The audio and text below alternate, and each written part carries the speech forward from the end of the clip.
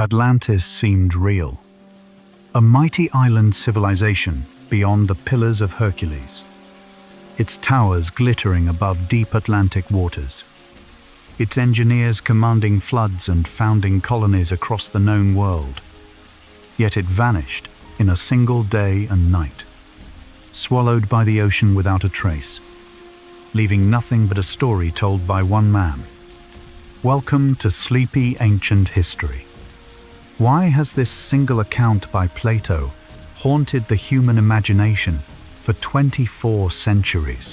Why do we keep searching tonight? We will explore how the myth of Atlantis was born, what it meant, what it inspired, and understand why the most powerful landscapes are sometimes the ones that exist only in the mind. These questions about lost worlds and legendary borders have echoed for millennia.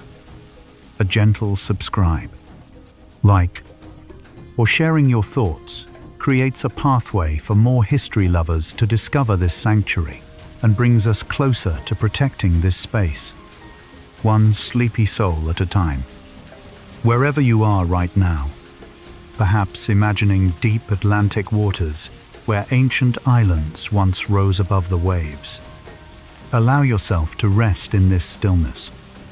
We will journey through 100 ancient facts about Atlantis, from the philosophical dialogues where the story was first written, to the civilizations that may have inspired the legend, to the modern world still searching the ocean floor for answers. Close your eyes and breathe deeply. Feel the weight of your body against this earth, this solid ground that has outlasted every empire ever built upon it. Thousands of years separate you from Plato's ancient Athens, yet you rest on the same planet that once inspired one of history's greatest mysteries. Breathe slowly. And now, let's step back to the beginning, to an afternoon in Athens, around 360 BCE, when a philosopher sat down and wrote 2 sentences that would change how humanity imagines its own past forever. Around 360 BCE, the Greek philosopher Plato wrote 2 dialogues called Timaeus and Critias, and within their pages he described an island civilization of extraordinary power located beyond the Pillars of Hercules, what we now call the Strait of Gibraltar, in the Atlantic Ocean. Plato described Atlantis as larger than Libya and Asia Minor combined, a maritime empire controlling territories stretching to Europe and North Africa. The civilization was wealthy, architecturally advanced, and militarily dominant. Then, the gods punished its people for moral corruption, and in a single catastrophic day and night, the island sank beneath the waves. 9,000 years before Plato's own time, no ancient author before Plato ever mentioned Atlantis. No inscription, no papyrus, no carved stone records it. Scholars today are virtually unanimous. The account originates entirely with Plato.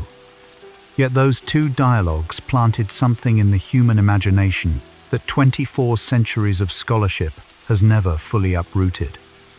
The name Atlantis comes from Atlas, the Titan in Greek mythology, condemned to hold the sky on his shoulders for eternity.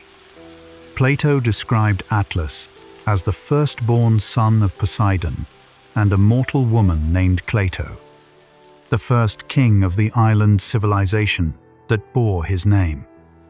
In Greek cosmology, Atlas stood at the western edge of the known world, at the boundary between the familiar Mediterranean and the vast unknown ocean beyond. Naming the island after him was a geographic signal. This place existed at the very frontier of everything Greeks knew. The Atlantic Ocean itself takes its name from this same figure, meaning that even today, every time we say Atlantic, we are speaking a word shaped by Plato's story. The myth has been embedded in geography for so long that it travels with us unnoticed. Plato described the city at Atlantis' center as a hill surrounded by alternating rings of land and water, 3 rings of sea and 2 of land, creating perfect concentric circles. At the center stood a temple to Poseidon decorated with gold, silver, and a mysterious metal called orichalcum, described as gleaming red and valued second only to gold. Canals connected the water rings to the sea, wide enough for warships. Bridges linked the land rings. The outer wall was coated in bronze, the next in tin, the innermost in orichalcum. Historians have noted that this concentric plan reads more like philosophical allegory than surveyed geography. Plato's ideal city was balanced, ordered, harmonious. Exactly what Atlantis was before its moral fall. The architecture, scholars suggest, was a map of the soul before corruption. Plato claimed the story reached Greece through a chain spanning centuries. The statesman Solon, visiting Egypt around 590 BCE, allegedly heard it from priests at the temple city of Sais in the Nile Delta. Those priests told him that Egypt held records of a civilization the Greeks had entirely forgotten. Solon was a real historical figure, and his Egyptian visit is considered plausible. But no Egyptian record of Atlantis has ever been found. No temple inscription. No papyrus mentions a sunken empire. Scholars debate whether Plato invented the Egyptian transmission entirely, or whether some garbled story genuinely passed through Solon's account over generations.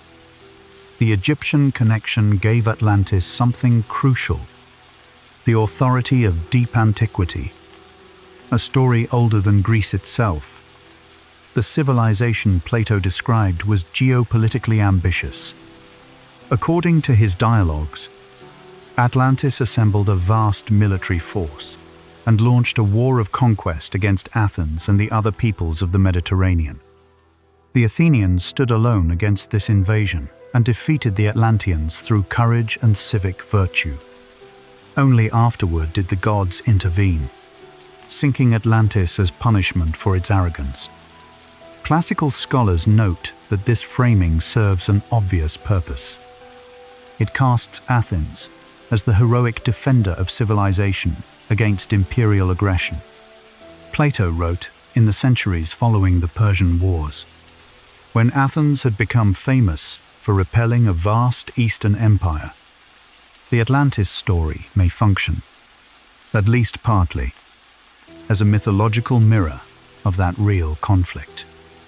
From its very beginning, the story of Atlantis was also a story about Athens. Plato never finished the Atlantis story.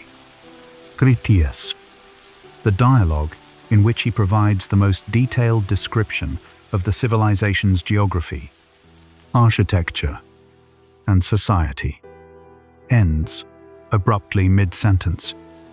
Scholars have debated for centuries whether Plato abandoned the project intentionally, whether the manuscript was lost, or whether he died before completing it. A third planned dialogue, Hermocrates, which was apparently supposed to continue the narrative, was never written, or if written, has not survived. The incompleteness of the account is one reason the story has maintained such fertile imaginative power. Plato gave readers enough detail to build their own visions of Atlantis, but never enough to close the story definitively. In a strange way, Plato's unfinished sentence became one of the most productive gaps in the history of Western literature. The ancient Greek world itself was largely skeptical of Atlantis as literal geography. Aristotle, Plato's most famous student, reportedly dismissed the Atlantis account as invented. a rhetorical device his teacher created to illustrate philosophical points about justice, hubris, and the corrupting nature of power. The phrase, attributed to Aristotle, recorded by the geographer Strabo, suggests the philosopher believed Plato invented Atlantis the way a teacher invents a useful story. To make an abstract lesson concrete and memorable, the island existed to be destroyed. Its purpose was its ending. This reading, Atlantis as philosophical allegory rather than geographic memory, has been the mainstream scholarly position for well over a century. Aristotle, who trained directly under Plato, apparently saw his teacher's island as a literary construction rather than a geographic claim. The location Plato gave for Atlantis, beyond the Pillars of Hercules, in the Atlantic Ocean, placed it firmly in a zone of geographical mystery for ancient Greeks. The Mediterranean was well charted by the 5th and 4th centuries BCE, but the Atlantic was the edge of the known world, a place of storms and endless dark water. Ancient Greek and Phoenician sailors had explored parts of the Atlantic coast of Europe and Africa, but the open ocean beyond remained deeply unknown. Plato was placing his lost civilization exactly where uncertainty lived, where a reader could not easily challenge the story because no one really knew what was out there.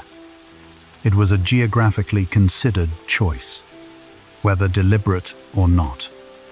Orichalcum, the mysterious metal described as coating the innermost walls of Atlantis and valued second only to gold, has fascinated researchers for centuries. In 2015, marine archaeologists working off the coast of Sicily discovered a shipwreck from approximately 600 BCE containing dozens of ingots of an unusual metal alloy. Analysis showed the ingots were zinc and copper, combined in proportions not typical of ordinary ancient bronze. Researchers suggested these might represent the historical metal that inspired Plato's description. The shipwreck's date places it close to the era when Solon allegedly traveled to Egypt. Scholars remain cautious. The connection between these Sicilian ingots and Plato's legendary metal is speculative, not confirmed. But the discovery reminded researchers that ancient metallurgy produced alloys that have partially disappeared from the historical record. So already, by the 10th fact in our journey, a pattern is becoming clear. Atlantis exists at the intersection of verifiable history and philosophical invention. Plato was a real person. Solon was real. Egypt was real. The Persian Wars were real. Ancient metallurgy was real. But the island itself exists in a space where real elements combine to create something that may have never existed as described. The most powerful myths are often not pure fantasy. They are historical facts, arranged into impossible shapes. And that is the first truth Atlantis shows us. The boundary between legend and history is rarely a wall. It is more often a shoreline, retreating and advancing with every tide. The Minoan civilization of ancient Crete is one of the most frequently proposed inspirations for the Atlantis legend. The Minoans flourished from approximately 2700 BCE to 1450 BCE, building elaborate palace complexes at Knossos, Phaistos, and Akrotiri, developing one of the ancient world's most sophisticated maritime trading networks, and producing art of remarkable beauty and technical skill. The Minoans were largely unknown to modern scholarship until British archaeologist Arthur Evans began excavating Knossos in 1900, uncovering frescoes, storage magazines, and administrative systems that revealed a civilization far more complex than anyone had suspected. Before Evans, the Minoans existed only in fragments of Greek mythology: the labyrinth, the Minotaur, King Minos. Evidence suggests the Minoan civilization experienced dramatic disruption around 1450 BCE, possibly connected to the massive volcanic eruption on the nearby island of Thera, what we now call Santorini. The volcanic eruption of Thera, occurring sometime between approximately 1600 and 1500 BCE, according to most current scholarly estimates, was one of the largest volcanic events in human history. Scholars debate the precise date and the exact volume of material expelled, with estimates ranging between about 7 and 10 cubic miles of dense rock equivalent, based on ongoing analysis of marine sediments and offshore surveys. Evidence of the eruption has been found in ice cores from Greenland and Antarctica, in ash layers across the eastern Mediterranean, and in tree ring data showing climate disruption across the northern hemisphere for years following the event. The island of Santorini today still shows the dramatic caldera, the sunken central area where the volcano's heart once stood, visible from a great distance and profound to visitors who arrive by sea. On the island of Thera, modern excavations at the site of Akrotiri have uncovered a remarkably preserved Minoan-era town, buried under volcanic ash, similar in many ways to how Pompeii was buried by Vesuvius, nearly 16 centuries later. The town of Akrotiri contained multi-story buildings, sophisticated drainage systems, indoor plumbing, and frescoes of exceptional beauty depicting naval expeditions, women gathering saffron, and young men boxing, images of a confident, prosperous civilization in full flourishing. The people who lived there apparently evacuated before the final eruption, because archaeologists have found no bodies, suggesting the residents read the warning signs and left. Where they went, and what happened to them afterward, is unknown. They carried their lives out of that ash-covered island and vanished into history. The connection between the Thera eruption and the Atlantis story was first proposed seriously in the 1960s by Greek archaeologist Spiridon Marinatos and developed further by several researchers in subsequent decades. The hypothesis suggests that Greek cultural memory of the Minoan civilization's disruption, possibly worsened by the Thera catastrophe, survived, distorted through centuries of oral tradition, and eventually reached Plato in transformed form. In this reading, the 9,000 years Plato places between Atlantis and his own time might have originally been 900, a factor of 10 error introduced when records were translated, or when the story passed through multiple retellings. 900 years before Plato would place the events squarely in the era of Minoan disruption. The hypothesis is compelling but not proven. It remains one of the most academically serious proposals for an Atlantis origin, though scholars remain divided on the evidence. Ancient Greek mythology already contained stories of catastrophic floods and sunken lands before Plato wrote about Atlantis. The myth of Deucalion, the Greek equivalent of Noah, described a great flood sent by Zeus to punish humanity's wickedness, from which only Deucalion and his wife Pyrrha survived by building a wooden chest. The flooding of lowland territories around the Mediterranean and Black Sea during the end of the last ice age, roughly 10,000 to 6,000 years ago, may have embedded deep cultural memories of rising waters in human traditions across the region. Some researchers suggest that real prehistoric flooding events, shorelines retreating, harbors disappearing, contributed to a widespread human readiness to believe in sunken civilizations. Atlantis arrived into a world already prepared to receive it. One of the most discussed geographic candidates for Atlantis in the Mediterranean is the Spartal Bank, a submerged plateau located in the Strait of Gibraltar at the Atlantic entrance. Around 12,000 years ago, as sea levels rose following the last glacial maximum, the Spartal Bank would have been a small island sitting at exactly the geographic location Plato described, just beyond the Pillars of Hercules. Research published in academic geology journals has confirmed that the Spartal Bank existed as a landmass at the end of the last ice age and was gradually submerged as sea levels rose over thousands of years. The island was modest in size, certainly not the vast empire Plato describes, but its location is precise. The geography fits. The scale does not.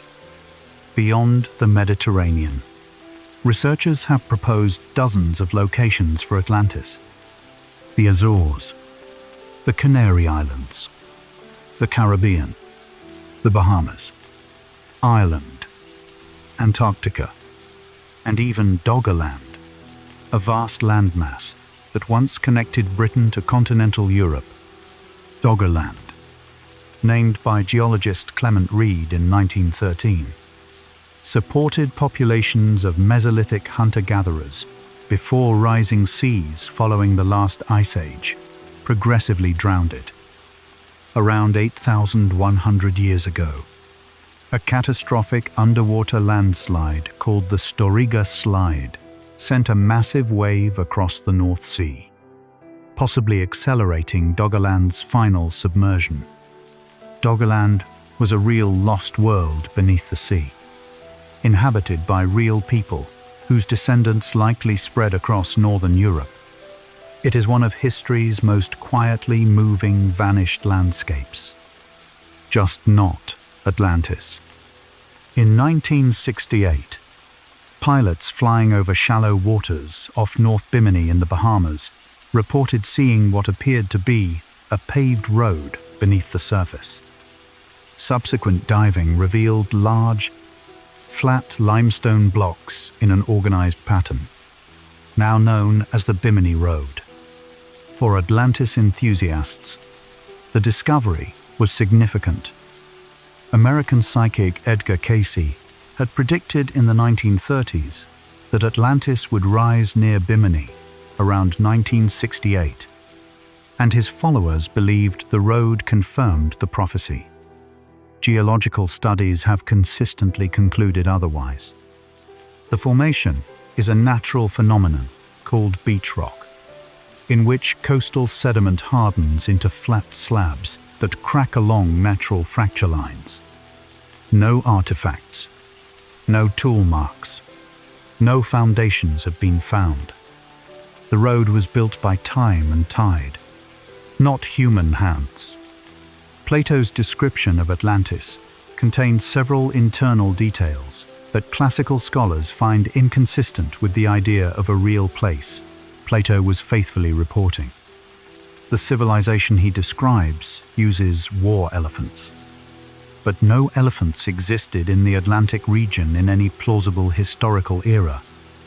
He mentions crops and plants appropriate to a Mediterranean agricultural system, not to any Atlantic island ecosystem. His description of horse racing and athletic games closely mirrors the Olympic traditions of Greece itself. These inconsistencies suggest, to many scholars, that Plato was building Atlantis from familiar materials, constructing a lost civilization that would feel recognizable and believable to his Greek audience, rather than accurately describing a foreign or prehistoric people. Atlantis, in this reading, was designed to be legible. Plato wasn't reporting. He was building. The Bronze Age collapse, one of history's most consequential and still debated civilization endings, occurred around 1200 BCE, roughly 800 years before Plato. Within about 50 years, nearly every major palace civilization around the eastern Mediterranean contracted severely or disappeared entirely. The Mycenaean Greeks, the Hittites, the Ugaritic city-states, and many others. Some scholars have proposed that cultural memory of this widespread collapse, cities burning, trade networks failing, populations migrating, may have contributed to the psychological and narrative raw material from which stories like Atlantis were constructed. The Bronze Age collapse was a real, documented event in which sophisticated civilizations genuinely disappeared. It was not Atlantis, but it was the kind of thing Atlantis is a story about. The sudden, inexplicable end of a world that seemed permanent. Ancient Egypt itself experienced a series of disruptions during and after the Bronze Age collapse, including invasions by groups known collectively as the Sea Peoples, maritime raiders and migrants of uncertain origin who attacked Egyptian territories during the reign of Ramesses III around 1177 BCE. Egyptologist Eric Klein, in his widely discussed 2014 work on the Bronze Age collapse, documented how the Sea Peoples were not a single nation, but a coalition of displaced populations from across the collapsing Mediterranean world. People fleeing their own collapsed civilizations and pressing against others. Some researchers have suggested that confused Egyptian accounts of these maritime invaders, filtered through the transmission chain Plato describes, might have contributed elements to the Atlantis story. A powerful maritime people coming from the sea, challenging established civilizations, then disappearing. The city of Troy offers an instructive parallel to the Atlantis debate. For centuries, the Trojan War was considered pure myth, Homer's literary invention. Then in 1871, German archaeologist Heinrich Schliemann began excavating a mound at Hisarlik in modern Turkey and uncovered layer upon layer of ancient cities, including levels showing evidence of violent destruction consistent with the era of the Trojan War. Troy, evidence now suggests, was real, or at least, a real city stood at Hisarlik that Homer's epic may have drawn upon, not exactly as the poem describes, but real enough to have left layers of archaeology beneath the hillside. The Atlantis debate is partly energized by the Troy precedent.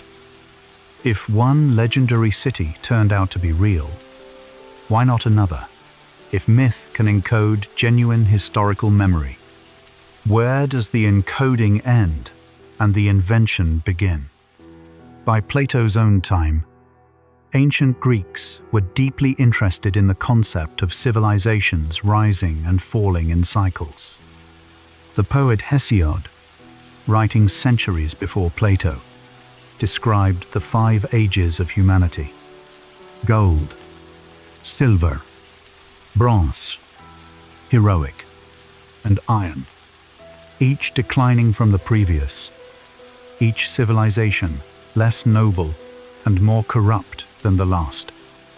Plato was working within this existing framework of cyclical historical decline.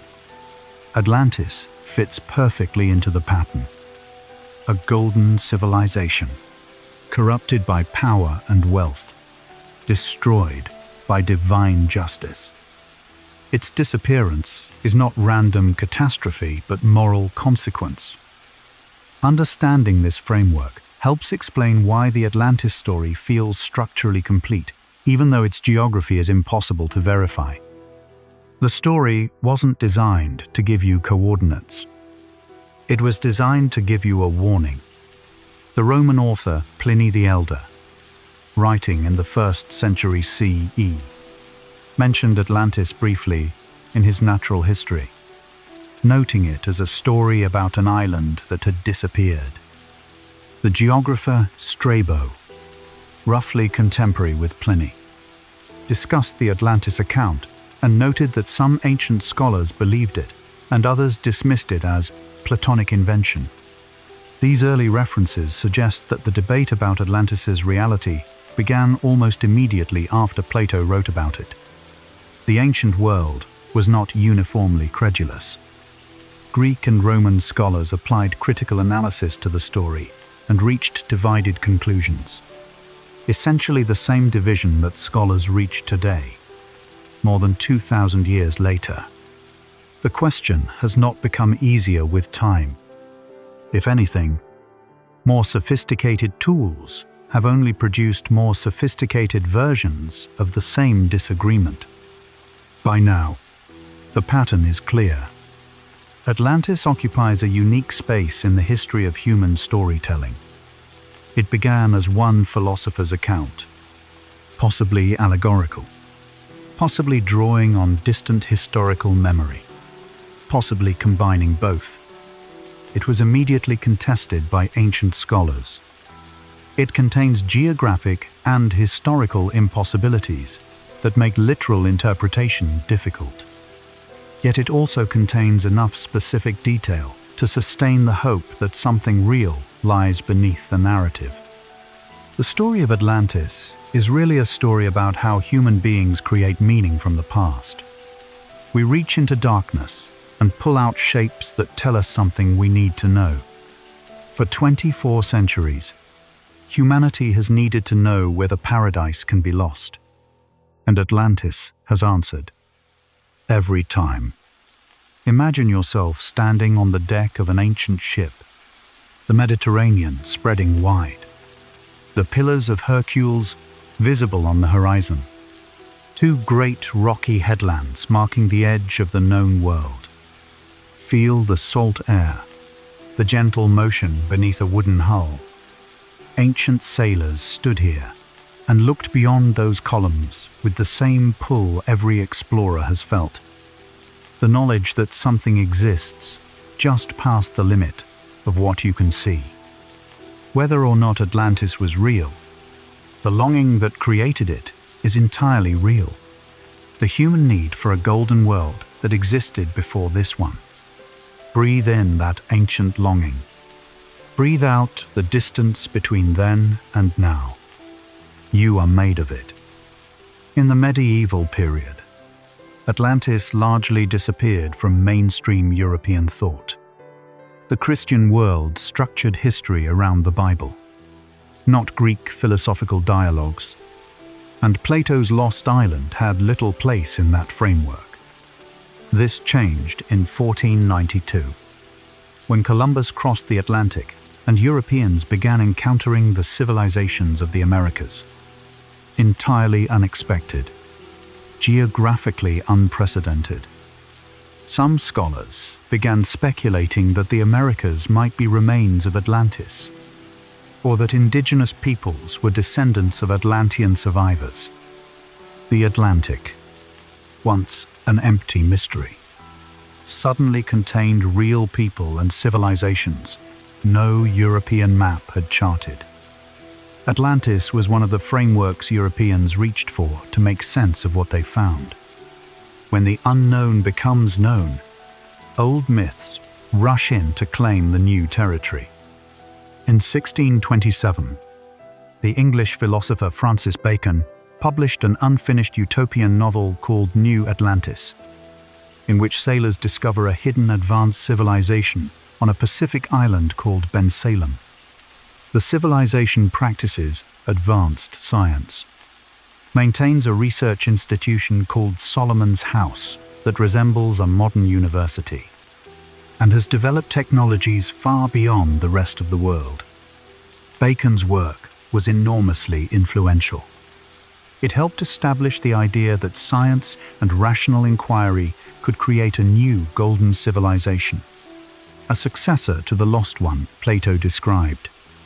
Some historians of science have argued that Bacon's New Atlantis contributed to the intellectual culture that eventually produced the Royal Society of London. Founded in 1660, and still one of the world's most respected scientific institutions, the Lost Island became, in Bacon's hands, a blueprint for the future rather than an elegy for the past. The modern popular obsession with Atlantis as a literal lost civilization owes enormous debt to an American politician named Ignatius Donnelly. In 1882, Donnelly published Atlantis, the Antediluvian World, arguing that Atlantis had been real, the origin of all human civilization, and that its survivors seeded cultures from Egypt to the Maya. Donnelly's book was a bestseller, going through dozens of editions and establishing many of the Atlantis tropes still alive in popular culture today. Donnelly was a congressman from Minnesota, not a trained scholar, and his arguments have been comprehensively questioned by academic archaeology. But his book shaped public imagination so thoroughly that its assumptions are now nearly impossible to fully separate from Plato's original text. One book by one politician rewrote the mythology of an entire lost civilization. Helena Petrovna Blavatsky, co-founder of the Theosophical Society in 1875, incorporated Atlantis into a vast mystical framework. In her writings, it was the homeland of the fourth root race of humanity, a civilization of spiritually advanced people who declined through the misuse of occult powers. Blavatsky added elements Plato never described: psychic abilities, levitation, crystal-based energy technologies. These were presented not as speculation, but as channeled esoteric knowledge. The theosophical version of Atlantis had enormous reach in the late 19th and early 20th centuries, influencing spiritualist movements, New Age traditions, and the scripts of countless science fiction stories, films, and video games. Much of what popular audiences believe about Atlantis today comes not from Plato but from Blavatsky. American psychic Edgar Cayce, known as the Sleeping Prophet, gave hundreds of readings in the early 20th century in which Atlantis appeared repeatedly. He described it as a civilization that had developed crystals capable of harnessing solar energy, helped construct the Egyptian pyramids, and eventually destroyed itself through the misuse of technology. A catastrophe he compared to an ancient form of atomic power. Cayce predicted Atlantis would begin rising near Bimini in 1968 or 1969. When the Bimini Road was discovered that year, his followers believed the prophecy fulfilled. His readings have no scholarly standing, but his version of Atlantis, crystals, technology, catastrophe, survivors, is the one most people encounter first, long before they read Plato. Modern deep-sea mapping technology has allowed researchers to examine the Atlantic sea floor in unprecedented detail. The Mid-Atlantic Ridge, a vast underwater mountain range running north to south through the center of the Atlantic, was once proposed as the remnant of the Atlantean landmass, a theory popular in the 19th century. Plate tectonic theory, which became the scientific consensus in the 1960s and has been confirmed by extensive evidence since, establishes that the Mid-Atlantic Ridge is formed by seafloor spreading, new oceanic crust being created at the boundary between the North American and Eurasian plates. It has never been above sea level in any period relevant to human history. The seafloor has been mapped in sufficient detail to confirm there is no sunken continent in the Atlantic where Atlantis was said to be. The geological concept of continental drift, the idea that the continents move very slowly across Earth's surface over millions of years, is sometimes invoked in Atlantis discussions. Some enthusiasts have suggested that Atlantis sank not in a single day but gradually, over geological time, and that what Plato describes is a memory of this process, encoded in myth. The problem is one of timescale. Tectonic plate movement occurs at rates of roughly 1/2 inch to 4 inches per year. Submersion of a continent-sized landmass would require millions of years, not one day and one night. Geologists have found no mechanism capable of sinking a civilization-sized landmass in the timeframe Plato describes, not within any framework current science recognizes. Geology is patient in ways that catastrophe is not. The ancient Phoenicians were among the world's most accomplished maritime traders and explorers, operating from roughly 1500 to 300 BCE across the Mediterranean and beyond. Phoenician sailors almost certainly navigated along the Atlantic coasts of Europe and Africa, and may have reached the Azores and the Canary Islands. Some historians have proposed that Phoenician geographic knowledge, perhaps including encounters with Atlantic islands or accounts of storms and shipwrecks far out to sea, filtered into Greek consciousness and contributed raw material for the Atlantis story. Plato lived in a world where Phoenician trading vessels crossed waters that most Greeks never saw. The Atlantic was not entirely unmapped. It was partly described through the eyes of people who kept their geographic knowledge close, sharing trade routes reluctantly. That strategic silence left room for imagination. The island of Sardinia has been proposed by Italian scholar Sergio Frau as a candidate for the real Atlantis. Frau argues that the ancient pillars of Hercules were not located at the Strait of Gibraltar, but rather in the Strait of Sicily, placing the ocean beyond as the Western Mediterranean rather than the Atlantic. In Frau's interpretation, Atlantis would have been located in the Western Mediterranean, and Sardinia's Nuragic civilization, which flourished from roughly 1800 to 500 BCE and produced thousands of remarkable stone towers, called Nuragi, may have been the kernel of the legend. The Nuragic civilization remains poorly understood in many respects, and the identification of Sardinia with Atlantis has gained little traction among mainstream archaeologists. Though Frau's argument about the location of the ancient pillars has received some academic attention. Deep in the Sahara Desert, a geological formation called the Richat structure, known as the Eye of the Sahara or the Eye of Africa, became the subject of intense amateur speculation in the late 2010s, particularly after several popular videos proposed it as the location of Atlantis. The Richat structure, located in Mauritania, is a roughly circular geological formation, approximately 28 miles in diameter, consisting of concentric rings of exposed rock. Its superficial resemblance to Plato's description of Atlantis's concentric ring city has made it a popular claim. Geologists have studied the Richat structure since the 1960s and established that it is a natural geological dome, an erosional feature created by uplift and erosion over millions of years, not a constructed city. It has never been underwater in any era relevant to human civilization. The Irish mythological tradition contains its own version of a lost island, Hy Brasil, a phantom island said to lie west of Ireland in the Atlantic, visible only once every 7 years. Medieval and Renaissance maps marked Hy Brasil as a real geographic entity, and accounts of sailors reporting seeing it persisted for centuries.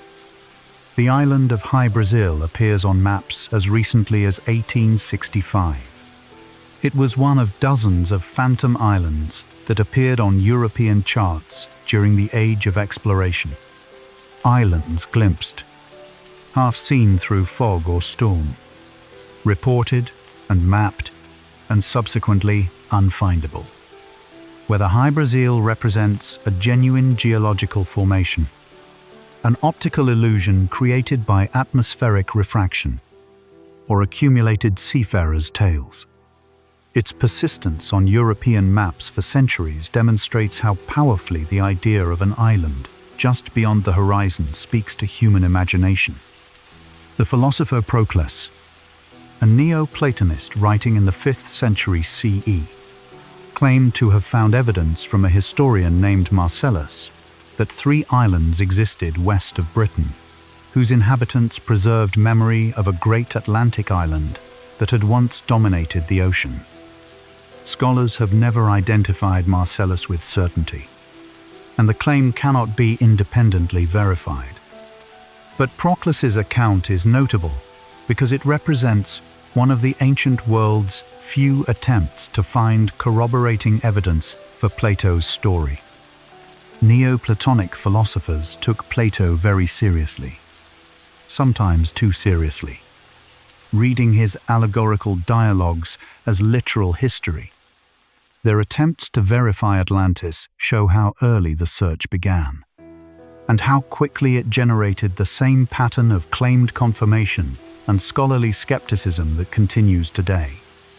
The famous Library of Alexandria, which operated from roughly 300 BCE until its destruction in the late antique period, almost certainly contained texts related to Atlantis, including Plato's complete dialogues and possibly commentaries by scholars who had investigated the story. The loss of the library represents one of history's most consequential acts of destruction. An unknown number of ancient documents that might have brought more clarity, or final silence, to the question of Atlantis were lost. We cannot know what was there. We cannot recover it. The library's destruction created permanent gaps in the historical record. Gaps where speculation grows, because evidence cannot fill them. Atlantis lives, partly, in the library's absence, in the space where certainty once might have stood, and now cannot. Underwater archaeology, as a formal scientific discipline, has expanded enormously since the development of scuba diving in the 1940s and remotely operated vehicles in the late 20th century. Genuine submerged ancient sites have been discovered and excavated. The harbor of ancient Alexandria lies partly underwater off the Egyptian coast. Pavlopetri, a Bronze Age town off the southern coast of Greece, was discovered in 1967, submerged under roughly 13 feet of water, and has been dated by pottery and carbon analysis to continuous occupation, beginning as early as around 3,500 BCE. These real submerged sites demonstrate that ancient settlements do genuinely lie beneath the sea, preserved in remarkable condition by the absence of oxygen and the protection of sediment. Underwater archaeology is legitimate, careful, and scientifically productive. What it has not found, despite decades of searching, is any evidence of the civilization Plato described. The midpoint anchor. As we travel deeper into the night, what we have established so far is that Atlantis is a story born from one philosopher's text, enriched by centuries of reinterpretation, energized by genuine questions about civilization, memory, and catastrophe, and sustained by the irreducible human need to believe that something magnificent once existed and was lost. No expedition has found it. No text has confirmed it. No geology supports it. And yet the search continues, because the search is not really about Atlantis. It is about us. our longing for a golden past, our anxiety that what we have built could disappear as suddenly as it appeared. Atlantis is the mirror we built to look at ourselves across the deepest water we know. You are still here, listening in the darkness. If this journey through ancient legends and lost worlds helps you rest, perhaps share it gently with another history lover who needs quiet tonight. Thank you for being here. Now, back to what lies beyond the edge of the map. Plato's description of Atlantis includes a specific political structure, a confederation of 10 kings, each ruling a portion of the island and its territories, who met regularly at the central temple of Poseidon to administer laws and maintain the confederation. The eldest king of the central territory held precedence over the others. This political structure closely resembles certain historical confederations of the ancient Mediterranean world. The Achaean League of Greek city-states, various Phoenician city-state networks, and others. Some scholars suggest Plato drew on contemporary or historical Greek political experience to give Atlantis a believable governmental structure, rather than describing a genuinely foreign or prehistoric system. The political imagination often works this way. When we build imaginary worlds, we furnish them with the chairs and tables we already know. The reason Atlantis searching is so persistent is partly sociological. It provides an organizing framework for people who feel drawn to questions mainstream academic culture leaves open. The search offers the possibility of independent discovery. The romantic idea that careful attention might succeed where credentialed institutions have not. This pattern, the passionate amateur pursuing a lost world against academic skepticism, recurs throughout the history of exploration. Sometimes the outsider is right. Heinrich Schliemann found Troy when academics doubted it existed. More often, enthusiasm exceeds the evidence. But the pattern itself reflects something genuine. The human desire to matter, to discover, to find something the world has overlooked. The ancient Egyptians did record a story that bears some resemblance to the Atlantis account. The Shipwrecked Sailor, an Egyptian tale from the Middle Kingdom period. Approximately 2055 to 1650 BCE, in which a sailor is stranded on a mysterious island in the sea that eventually sinks beneath the waves when he departs. The island is inhabited by a great serpent who is the sole survivor of his own civilization. Destroyed by fire from the sky, the island produces abundant natural wealth, and it disappears as suddenly as it appeared. Scholars debate whether this story represents genuine cultural transmission between Egyptian and Greek literary traditions, or whether the resemblances are coincidental. The tale predates Plato by more than a millennium. The Azores, an archipelago of 9 volcanic islands in the central Atlantic, were proposed as Atlantis candidates almost immediately after their discovery by Portuguese sailors in the 1420s. The islands sit roughly 1,000 miles west of Portugal and were uninhabited when Europeans arrived. Their volcanic nature gave early Atlantis theorists evidence of geological activity consistent with catastrophic submersion. Modern geological and biological study of the Azores has found no evidence of a larger landmass surrounding the current islands at any time relevant to human civilization. The islands have been volcanic for millions of years.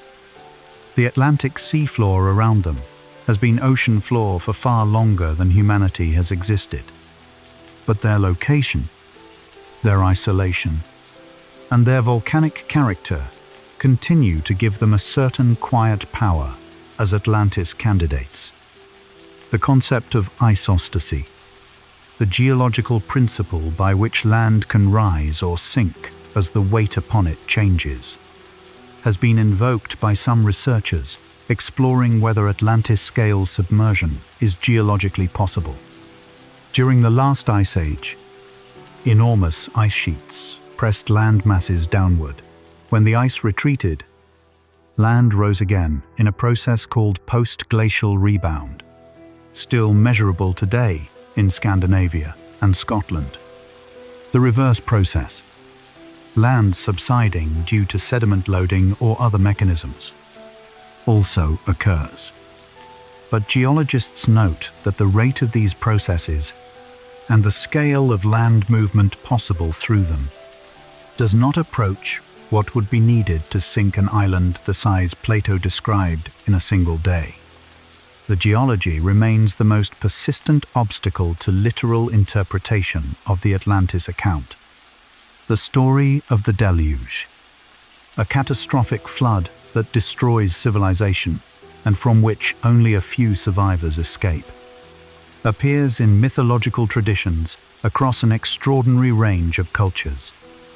Mesopotamian, in the Epic of Gilgamesh, Hebrew; in the story of Noah and the Ark, Greek; in the myth of Deucalion, Hindu; in the story of Manu, and many indigenous traditions from the Americas, Oceania, and elsewhere.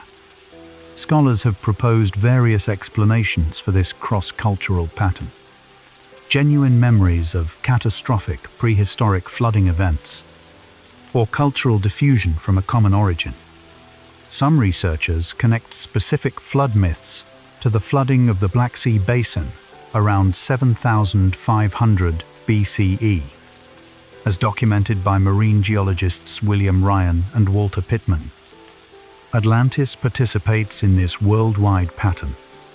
It is the Mediterranean world's great flood story, dressed in philosophical robes.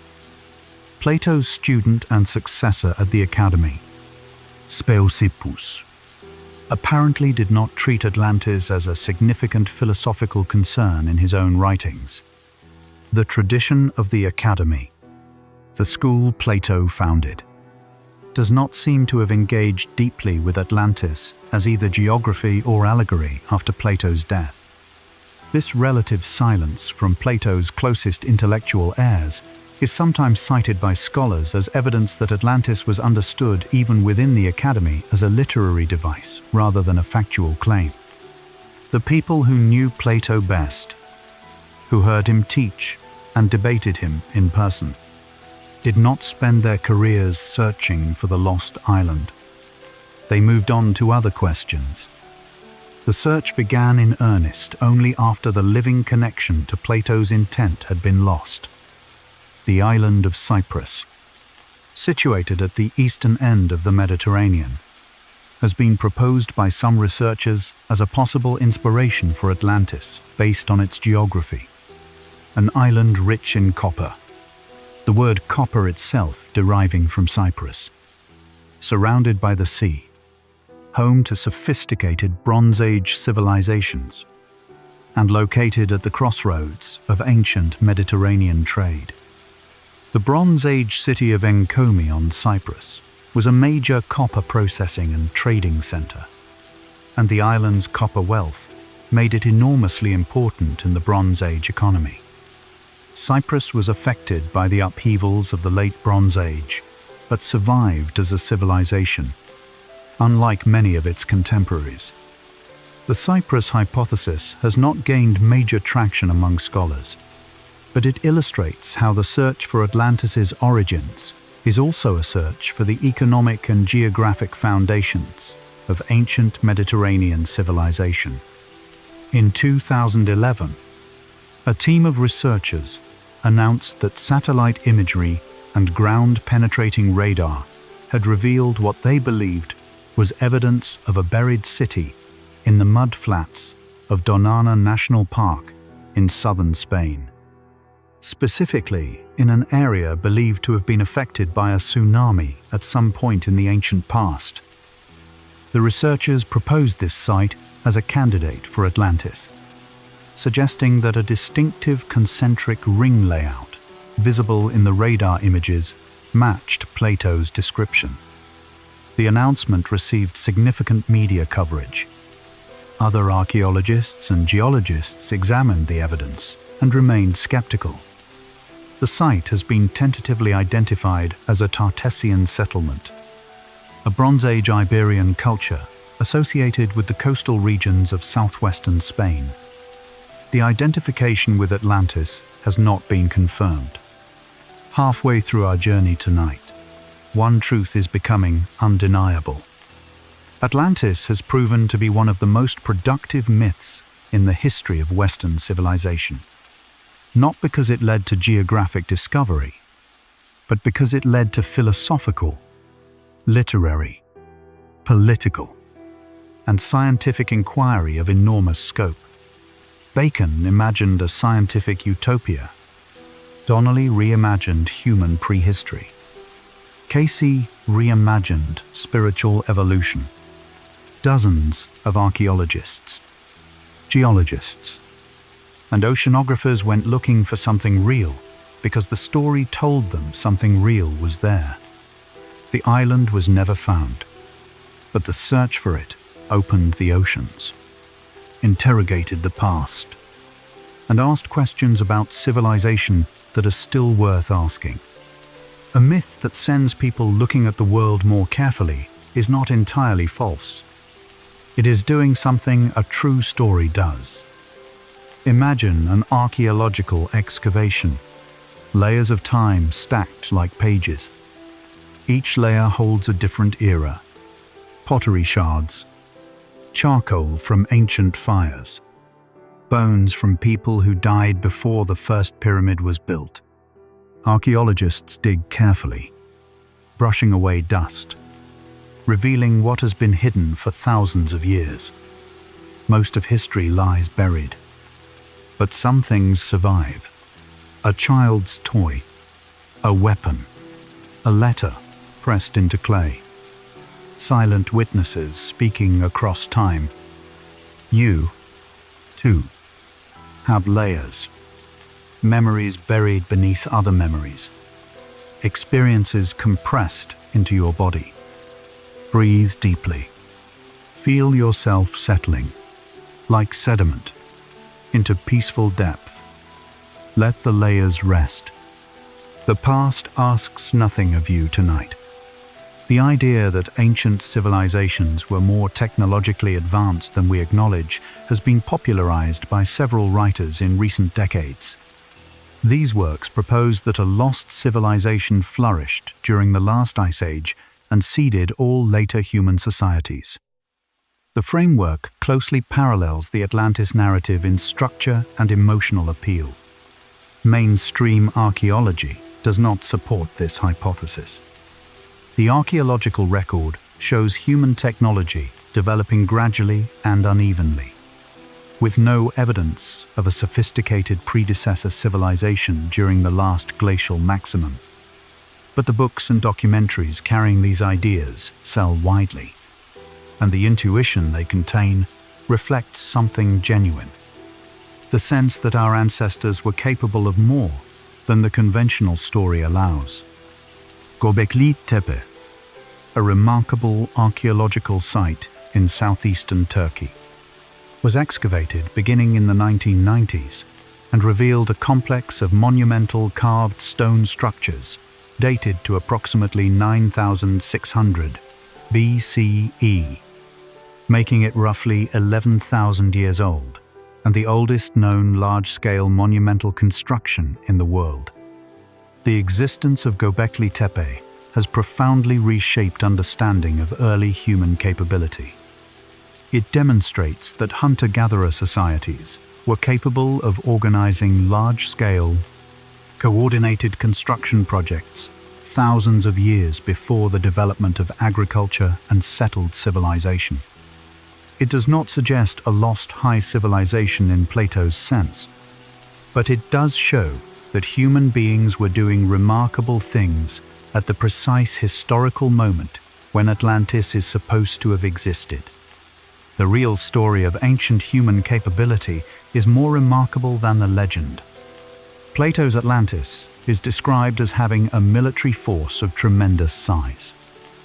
1,200 warships, 10,000 chariots, and hundreds of thousands of additional troops. These figures are so large that scholars consider them clearly symbolic rather than literal. The proportions of mythic exaggeration rather than genuine military accounting. The Persian Wars, which profoundly shaped Athenian identity in the century before Plato, involved military forces on a vast scale by ancient standards. Herodotus describes the Persian army of Xerxes in numbers that modern historians consider significantly overstated. Large, round, awe-inspiring military numbers were a convention of ancient historical and literary writing, not precise enumeration. Plato's Atlantean army was designed to be overwhelming. Its purpose was to make Athens's resistance feel heroic. The ancient world had its own tradition of geographic speculation about the far Atlantic. The Greek explorer Pytheas, sailing from Massalia, modern Marseille, around 325 BCE, a few decades after Plato's death, traveled north along the Atlantic coasts of Europe and reportedly reached a land he called Thule, somewhere north of Britain, possibly Iceland or Norway. He described the midnight sun, the frozen sea, and the behavior of tides. Pytheas's account was widely questioned by ancient geographers who had never traveled so far. Strabo dismissed him. Yet modern scholars consider Pytheas's observations largely consistent with genuine Arctic experience. The ancient world had multiple voices, reporting remarkable things beyond its edges. Plato's Atlantis joined a long tradition of geographic wonder at what lay beyond the familiar world. The Pacific Ocean contains its own lost continent, equivalent in the legend of Mu or Lemuria, a sunken landmass said to lie beneath the Pacific, carrying an advanced civilization with it. Lemuria was proposed by 19th century geologist Philip Sclater to explain why lemur fossils appeared on both Madagascar and India, the hypothesis being that a land bridge once connected them. Plate tectonic theory later explained lemur distribution through continental drift without requiring a sunken continent. But the idea was adopted by theosophists and subsequent traditions, transformed into a spiritual civilization, and given a mythology as elaborate as Atlantis' own. Every ocean, it seems, wants its own lost world, and human imagination obliges. The word utopia was invented by Sir Thomas More in 1516, from the Greek meaning no place, to describe an imagined perfect society on an island in the Atlantic. More was certainly aware of the Atlantis tradition. His utopia participates in a long European tradition of imagining better worlds as islands, isolated, bounded, protected from the corrupting influences of the known world by water. The island as utopian location has deep psychological resonance. Separated from the mainland, self-contained, immune to the compromises and conflicts of interconnected civilization. Atlantis is the founding document of this tradition, the original island that was perfect until it wasn't, that achieved everything and then lost it, that exists to remind us what perfection costs. In the 20th century, Atlantis became one of the most recycled narrative settings in popular culture. Films, novels, television series, comic books, and video games have all set stories in various versions of a lost underwater civilization. The traditions established by Donnelly and Casey, more than Plato's original text, shaped most of these popular versions. A technologically advanced civilization, glowing crystals, ancient wisdom, catastrophic loss. The myth has become a genre unto itself, entirely detached from the philosopher who invented it. The search for Atlantis has occasionally produced genuine archaeological discoveries, not of Atlantis itself, but of previously unknown ancient sites investigated in the course of Atlantis-related expeditions. The exploration of coastal Turkey and Greece, motivated partly by interest in Bronze Age civilization and its collapses, contributed to better understanding of ancient maritime trade networks. Underwater surveys of the Azores and the Atlantic seafloor have added to knowledge of deep-sea geology. This is one of the paradoxes of myth-driven exploration. The legend sends people looking, and while they do not find the legend, they sometimes find something else, something real, something previously unrecorded, something that expands the map of human knowledge in its own modest way. The wrong question can sometimes lead to the right discovery. The Pillars of Hercules, the location Plato identifies as the entrance to the Atlantic, where Atlantis was said to lie, have their own mythological history, independent of Atlantis. According to Greek legend, Hercules erected these pillars during his 10th labor, marking the western boundary of the civilized world. The pillars were sometimes said to bear the inscription meaning nothing beyond, a warning to sailors not to venture further. This boundary function, the pillars as a threshold between the known and unknown, made them the perfect location for a lost civilization. Atlantis needed to be beyond the edge of the chart. The Pillars of Hercules placed it exactly there. The geography of the myth was chosen with a philosopher's precision. Ancient Greek cartographers produced maps of the known world that showed the Mediterranean basin with reasonable accuracy, and the Atlantic as a vague, largely empty space beyond. These maps were not failures of knowledge, so much as accurate representations of the limits of confident ancient geographic information. In this cartographic tradition, Atlantis is placed beyond the verifiable edge, in the space where the mapmaker writes, not coastlines but silence. Every ancient map contained this zone of productive uncertainty. Atlantis inhabits the philosophical equivalent of that space. The region just past what can be definitively known. The map was not wrong. It simply had not reached the ocean floor yet. The word plausible comes from the Latin plausibilis, meaning deserving applause, worthy of reception, satisfying to hear.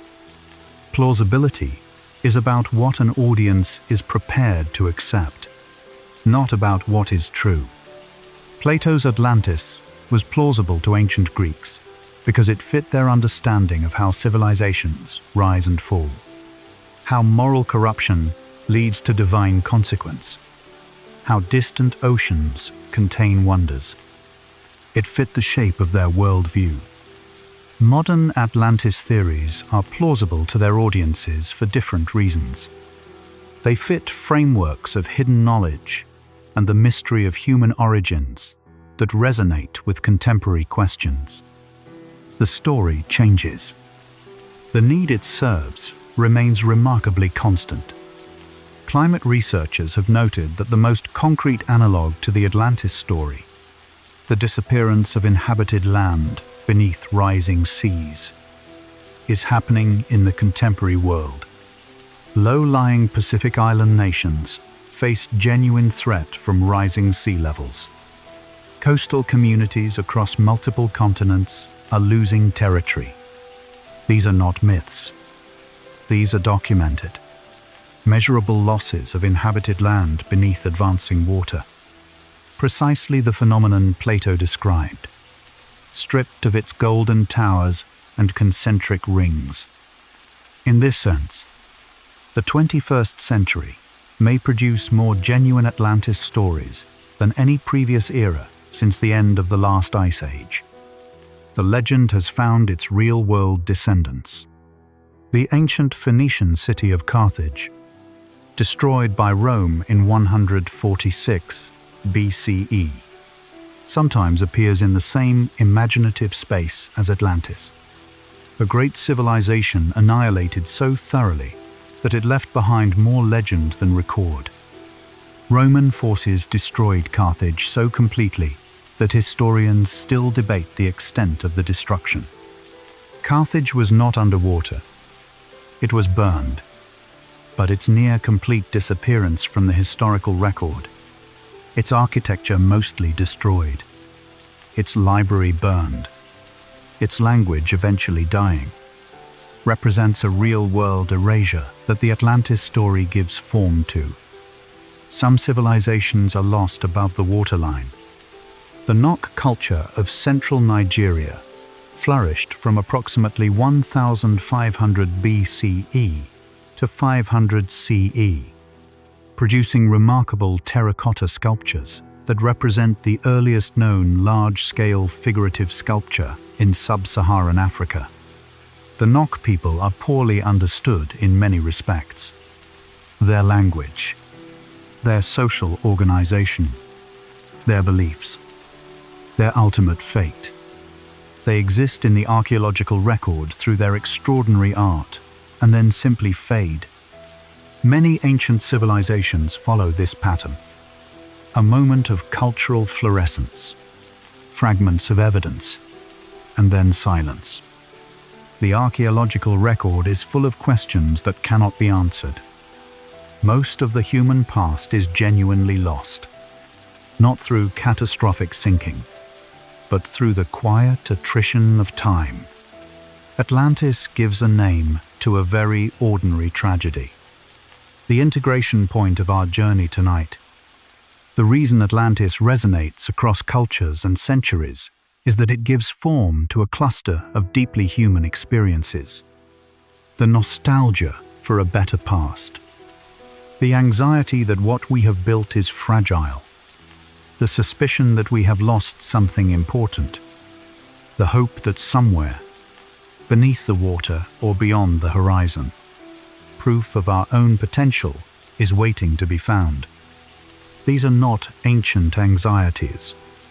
They are alive in every generation that looks at its own civilization and wonders whether the foundation is solid. Every culture that has ever asked whether it is declining has been, in its own way, telling an Atlantis story. The ancient city of Hylike, a Greek city-state on the Corinthian Gulf, was struck by a catastrophic earthquake in 373 BCE, just 13 years before Plato began writing the Atlantis dialogues. Ancient authors described the disaster as total. A great wave came in from the sea, and the city disappeared. For centuries, travelers claimed to see ruins through the water. Modern archaeology has offered a more nuanced picture. Research from the Helike project, with findings published as recently as 2025, suggests that the city was not permanently submerged beneath the open sea, but buried beneath shifting lagoon sediments as the ground subsided and floodwaters moved inland. Survivors rebuilt nearby within a generation. The city's disappearance from the ancient record was real. Whether it matches Plato's one-day catastrophe is a question scholars still examine. A real disaster. In Plato's own time, its echo in the Atlantis story is unmistakable. The destruction of Hylike is considered by many scholars to be the most plausible immediate inspiration for the mechanism of Atlantis's disappearance. the earthquake and flood combination that ends a coastal city within hours. Plato's description of Atlantis sinking in a single day and night is consistent with the kind of catastrophic event that claimed Helike. What Plato may have done, whether consciously or not, was take a real, recent, geographically local catastrophe and project it onto a mythological scale, from a single Greek city to an entire civilization, from the Gulf of Corinth to the Atlantic Ocean, from 373 BCE to 9,000 years in the past. The catastrophe was real. The civilization was built to receive it. In the narrative structure of Timaeus and Critias, Atlantis serves a very specific function. Plato is concerned, throughout his philosophical work, with the question of what makes a good society and why good societies decline. The Republic describes the ideal city. The Laws describes a more practical approach to civic order. Atlantis describes what happens when an ideal civilization becomes corrupted. The Atlanteans began as noble, the children of a god and a mortal woman, endowed with divine gifts. They ended as grasping and corrupt. The gods destroyed them, not arbitrarily, but according to a moral logic that Plato makes explicit. Atlantis is not a geographic puzzle. It is a moral parable, and it is still being told. The Atlantic Ocean, named through the chain of mythological transmission for the Titan Atlas, covers approximately 41 million square miles and reaches depths of more than 28,000 feet in the Puerto Rico Trench. Its seafloor has been surveyed extensively by modern oceanographic research vessels, and detailed bathymetric maps now exist of virtually all its major features. The ocean that was once the edge of the world, where sailors feared to venture, is now one of the most intensively studied bodies of water on Earth. Its floor has been photographed, sampled, and mapped by sonar, and in all that searching, no evidence of any human-built structure has been found in depths suggesting a sunken civilization. The Atlantic knows what it holds, and it tells us.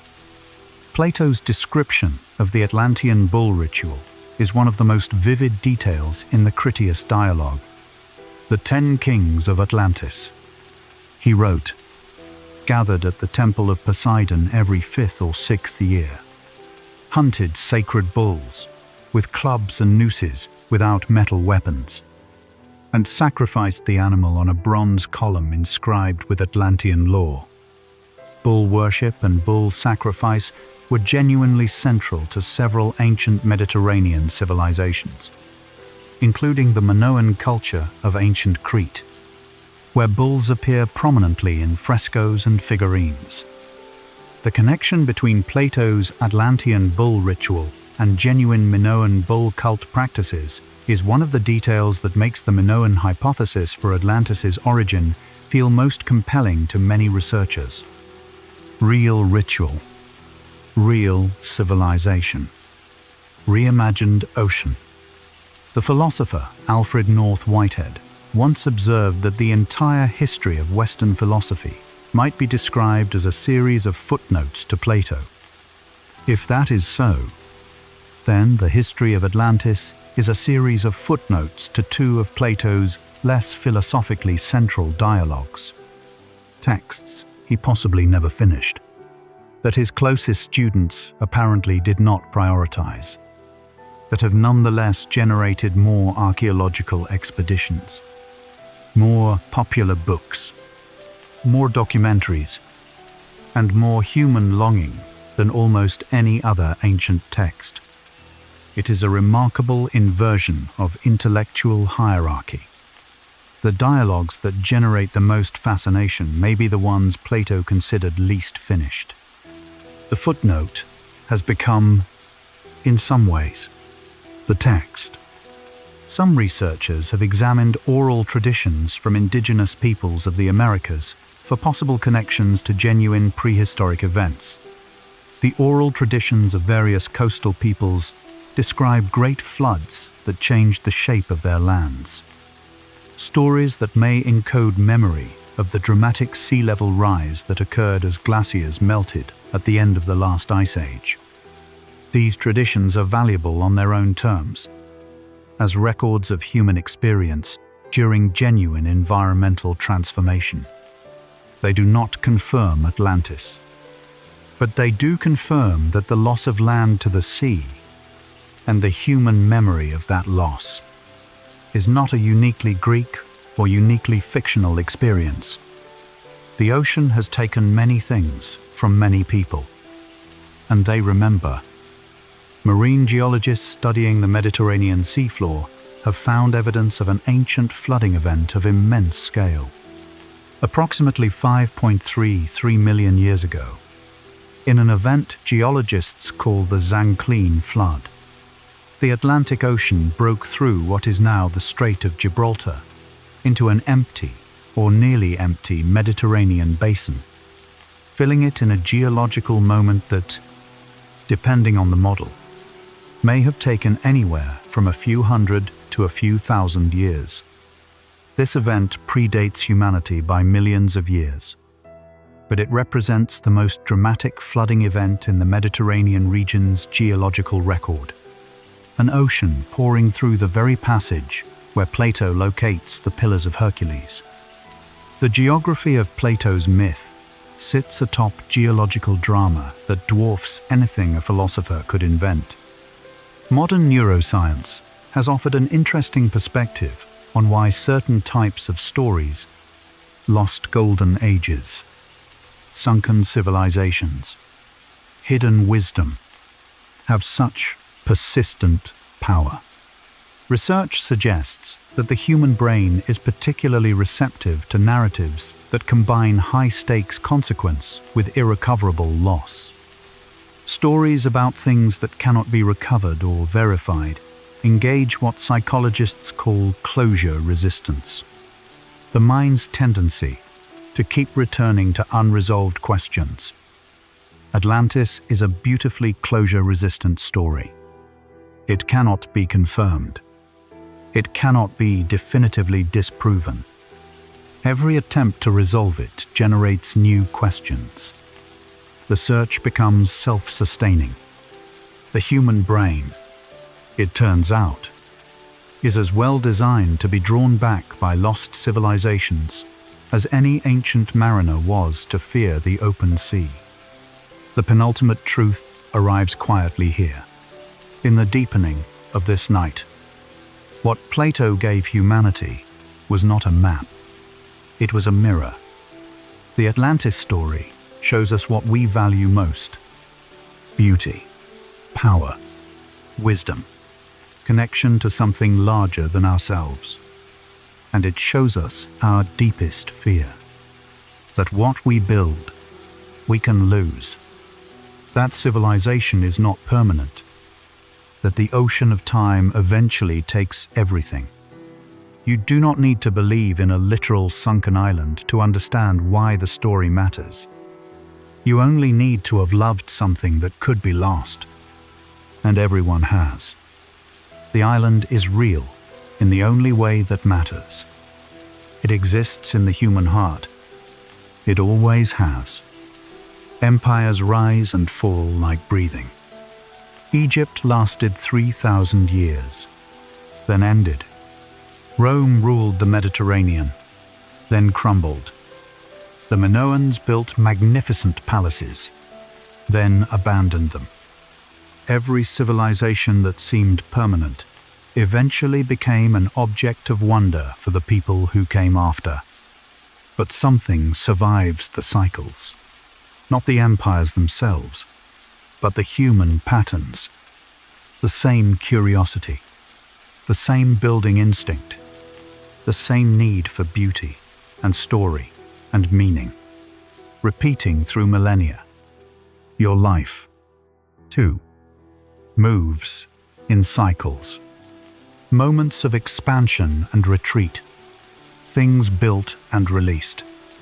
Nothing permanent except the fact of change itself. Breathe into this truth. Empires fall. Moments pass. This, too, is temporary. And that is all right. Every city you have ever passed through carries, somewhere in its foundations, the logic of an earlier city. Streets following ancient paths. Waterfronts shaped by older harbors. Cities accumulate. They do not simply replace. The new grows from the ruins of the old, and the ruins become the bones beneath the pavement. Atlantis is the story of a city that left no bones. That vanished so completely it became an idea. And an idea, it turns out, is more durable than stone. The ocean covers most of this planet, and most of it remains unmapped. In that immensity, in all that cold and dark and depth, the human mind has placed its deepest wish, that somewhere beneath the water, something magnificent waits. The ocean does not confirm this, but it does not deny it either. It simply holds what it holds, in silence too vast for any answer. Plato's Atlantis was not destroyed by an enemy fleet.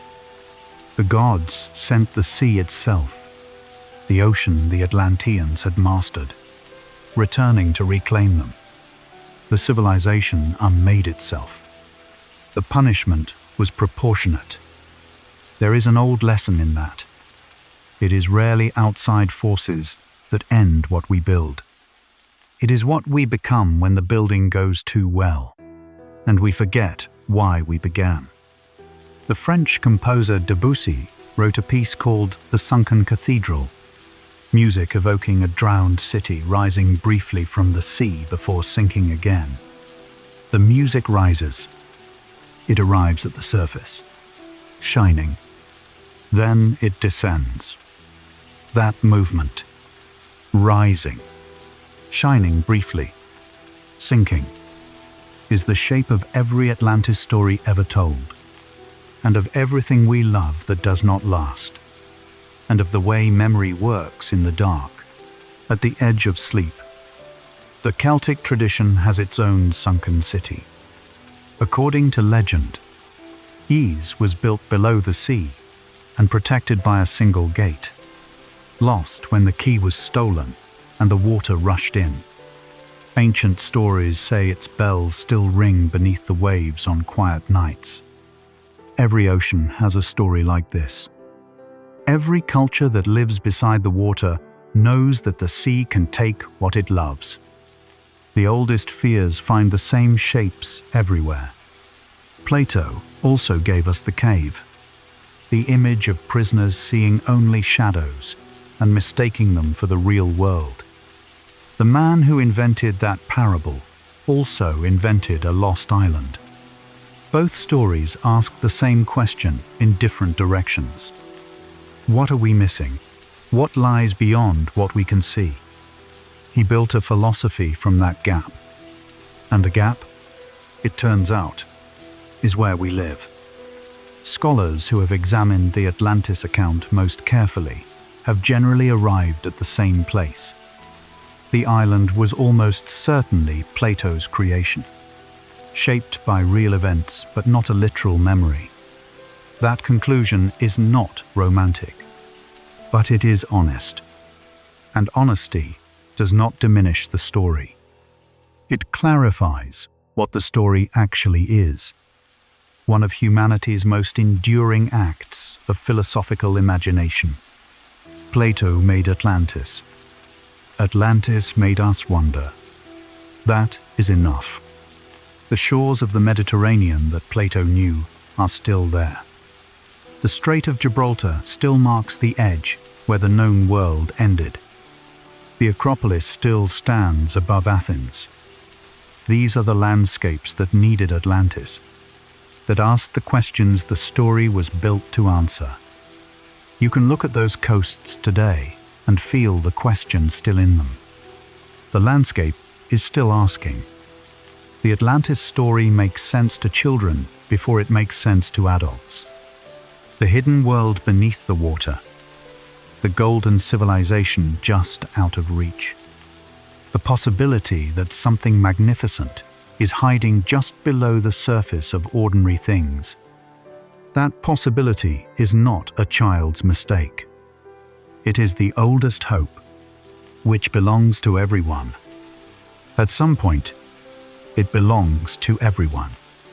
Within a generation of Plato's death, a philosopher named Crantor reportedly traveled to Egypt and claimed to find the Atlantis story confirmed in temple inscriptions at Sais.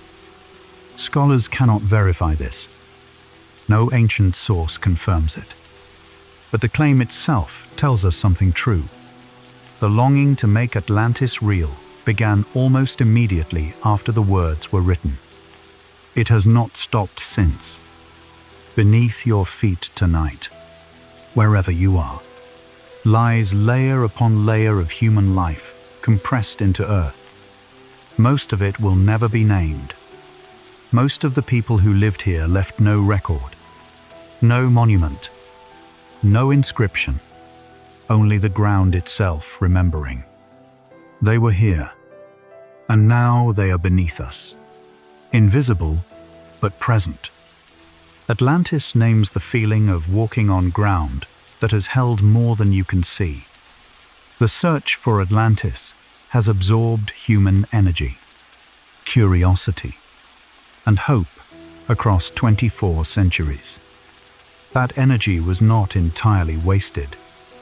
It produced genuine exploration, genuine discovery, genuine questions about the nature of civilization and the fragility of prosperity.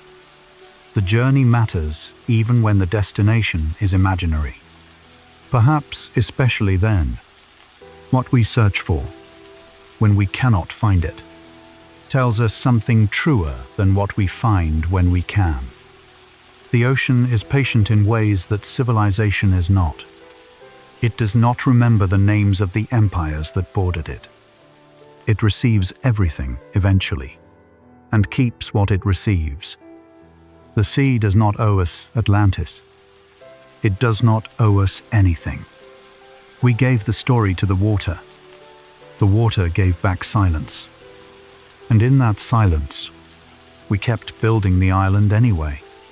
Tomorrow, somewhere in the world, someone will look at a sonar map or an underwater photograph and believe they have found Atlantis. They will probably have found something else entirely. The search will continue. It has never stopped, because the search is not about the island. It is about the searchers. Their need to believe that something magnificent existed, and that the past holds gifts it has not yet given. That need is one of humanity's finest qualities. What Plato gave humanity was not a map. It was a mirror. The story shows us what we value most and what we fear most. That what we build, we can lose. That the ocean of time eventually takes everything. This is not despair. It is simply what it means to exist in time. The human response. To build anyway. To love what we build is what makes us, unmistakably, us. Plato died around 347 BCE, and we do not know what he intended for the unfinished Critias. We do not know whether he believed his own story. We cannot ask him. The gap cannot be closed. But open stories breathe in ways closed ones cannot. Every generation breathes new life into the unfinished sentence. The story waits, and someone always comes to continue it. The sea before the Strait of Gibraltar has carried human lives for as long as people have had boats. Phoenician traders, Roman legions, Portuguese explorers, refugees crossing in small boats today. The water does not change. The human stories change. The water receives all of them without preference or record. In all that water, Atlantis sits not as geography but as feeling. The feeling that on the other side of the horizon, something waits. Plato believed that learning is not acquiring new knowledge, but recognizing what the soul already carries from some older existence. The Atlantis story works this way. People encounter it and feel they recognize it, not because they have heard it before, but because it gives form to something already there. The longing for a golden past, the grief of loss that cannot be recovered. You recognize Atlantis because you already carry it. There is a Portuguese word, saudade, for the bittersweet ache of loving something that is gone, or that perhaps never quite existed.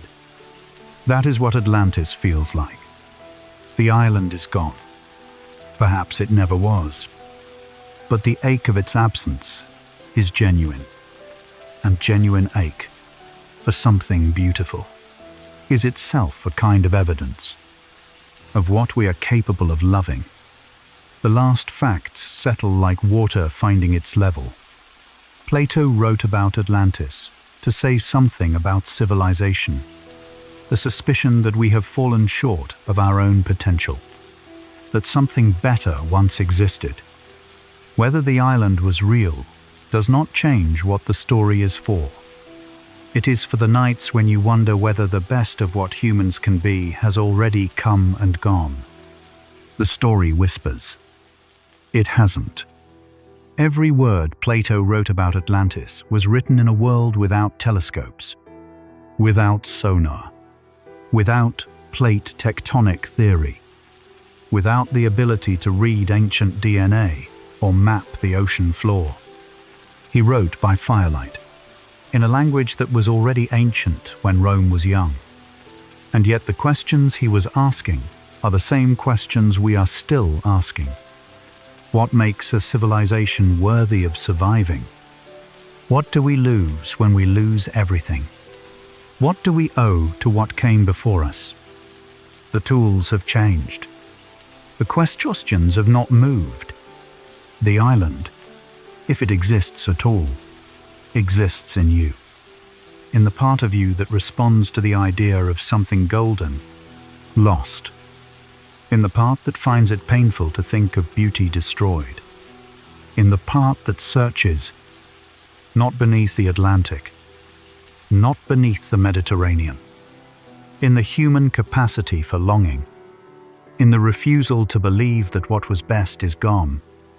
That is the island. It has always been right here. The last facts arrive like water on a quiet shore. You have traveled tonight through philosophy and myth and geology and the archaeology of civilizations that rose and fell. You have not found Atlantis. No one has. But you have found what the search reveals. Something true about what we are. We are the beings who search, who refuse to stop searching, even when we know the island may not be there. Rest now in this thought, soft as the seafloor and deep as the Atlantic in the dark. Whatever Plato intended, allegory, myth, memory, invention, he gave the world something that outlasted the empires he wrote about. Longer than Athens as a political power, longer than ancient Greek as a spoken tongue. The story outlasted everything else. And stories that last that long are telling you something. Not about Atlantis, about the people who cannot let it go, which is all of us. The island never rose, but the longing for it never sank. And that longing, 24 centuries old, carried by philosophers and sailors and dreamers and people lying quietly in the dark, is the proof that we are capable of imagining something magnificent. A world more beautiful than the one we have. A world worth searching for, even knowing we may never find it. We search.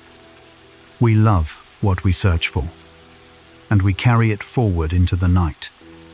Tonight we walk the borders of a world that may never have existed, and found, in the walking, that the borders matter more than the destination. From Plato's unfinished sentence to the seafloor maps of the modern Atlantic, the pattern kept returning. Every generation reaches into the same darkness and pulls out the same question. Not where is Atlantis, but what do we lose when what we love disappears? That question does not resolve. It deepens. And perhaps that is the right relationship to have with it.